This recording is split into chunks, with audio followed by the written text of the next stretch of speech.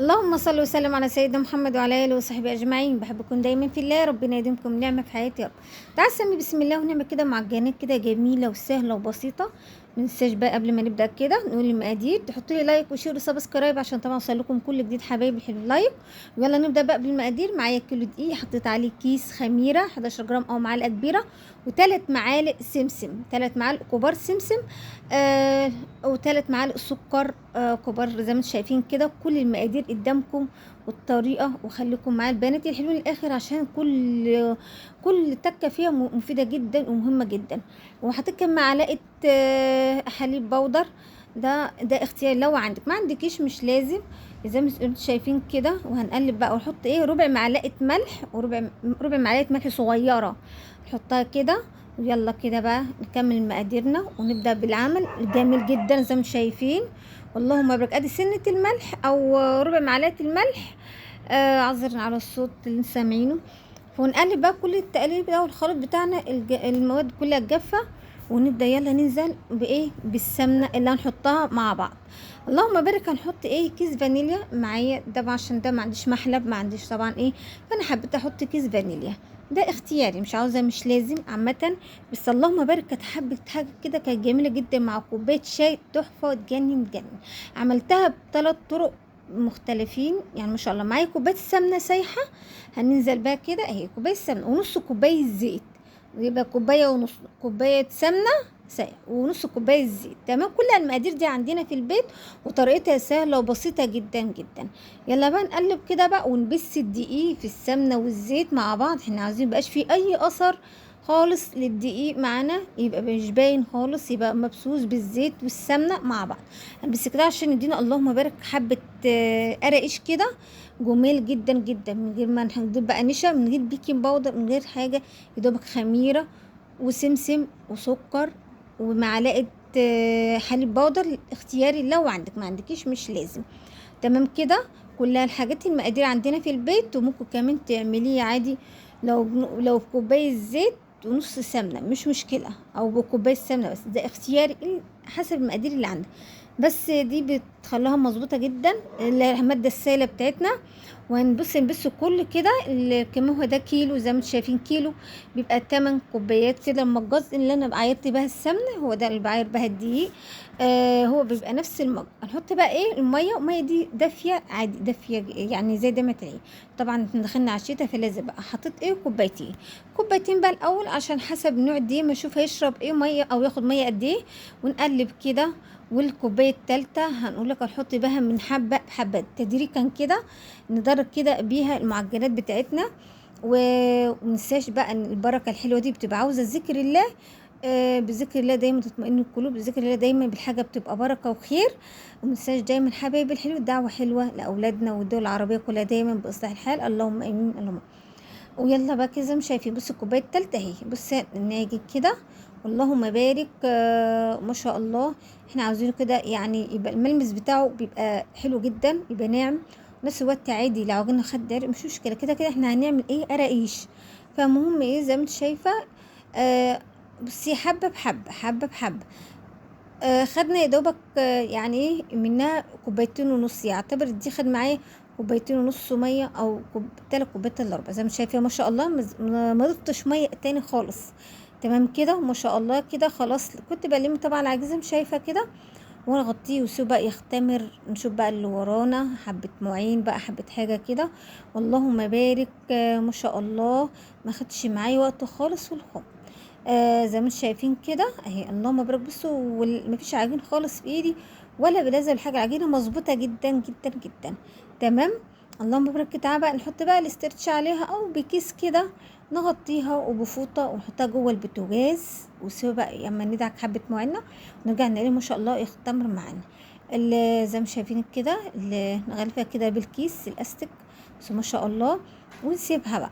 الكيس الاستك ده جميل جدا جدا، بيعمل حراره وبيخلي ما شاء الله الحاجه تختمر معانا بسرعه.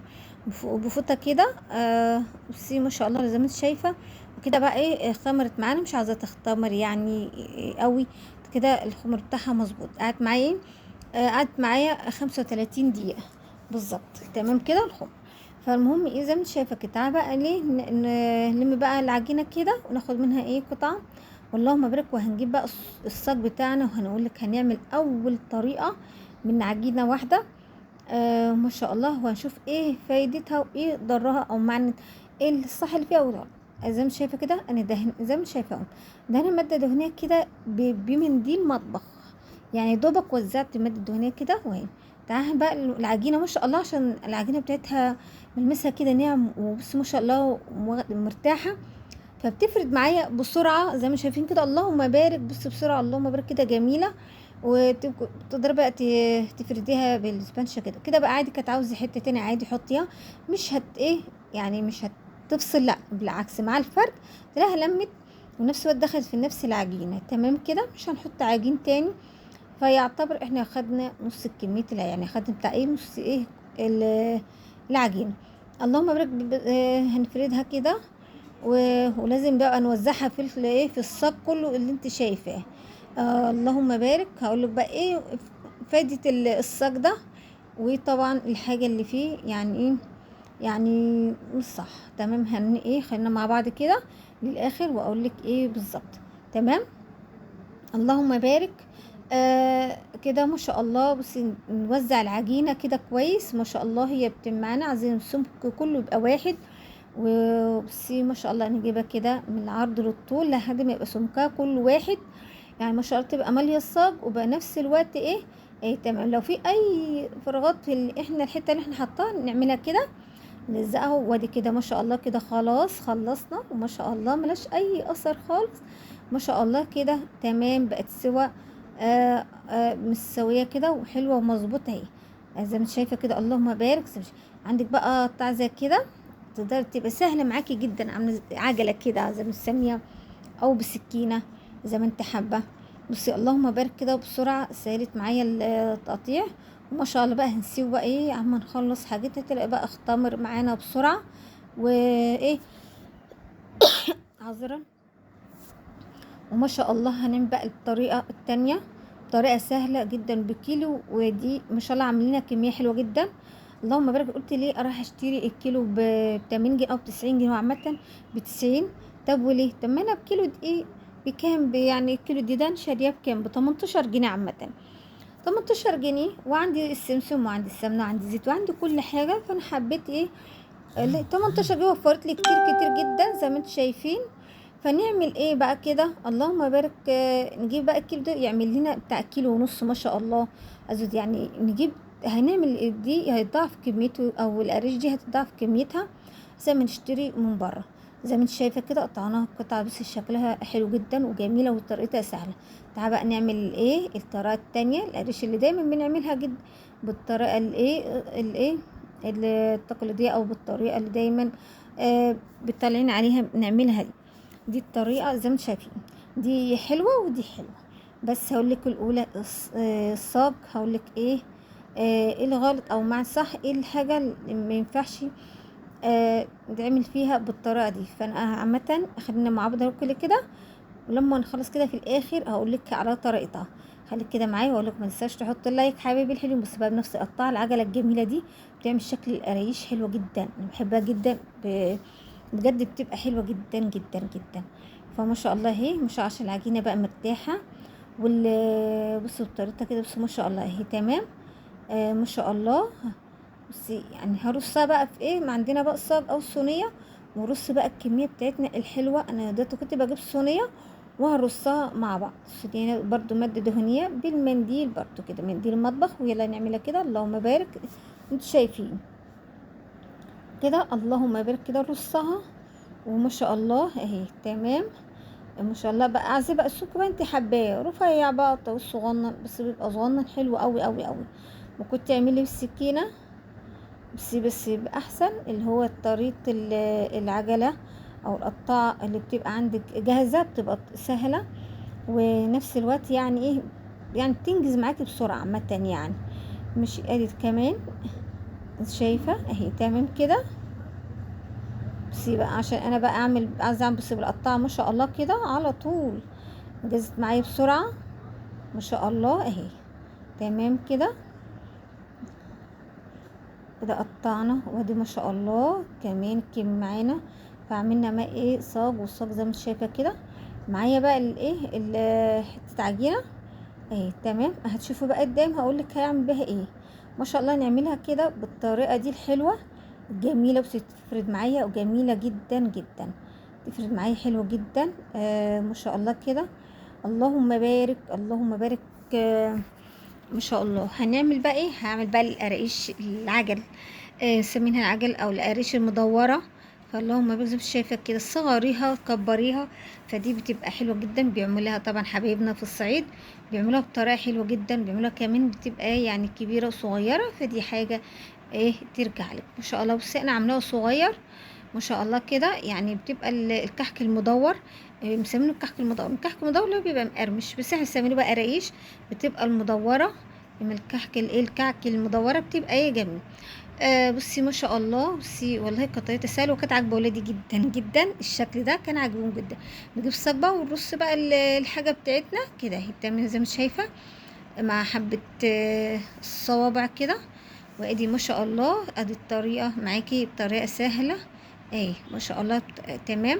لسه تختمر معانا زي مش كده. انا خلاص خلصت واللهم بارك ما شاء الله.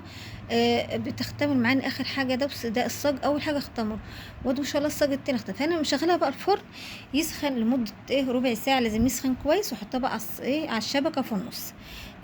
ادي طلعت معاكم الصاج الاول زي ما انتم شايفين، وهوريكم بقى الطريقه فيها. الصاج ده بيطلع القرايش بتبقى طريه كده زي ما انت شايفه، عامله زي القرص او ورش يعني حاجه تبقى طريه.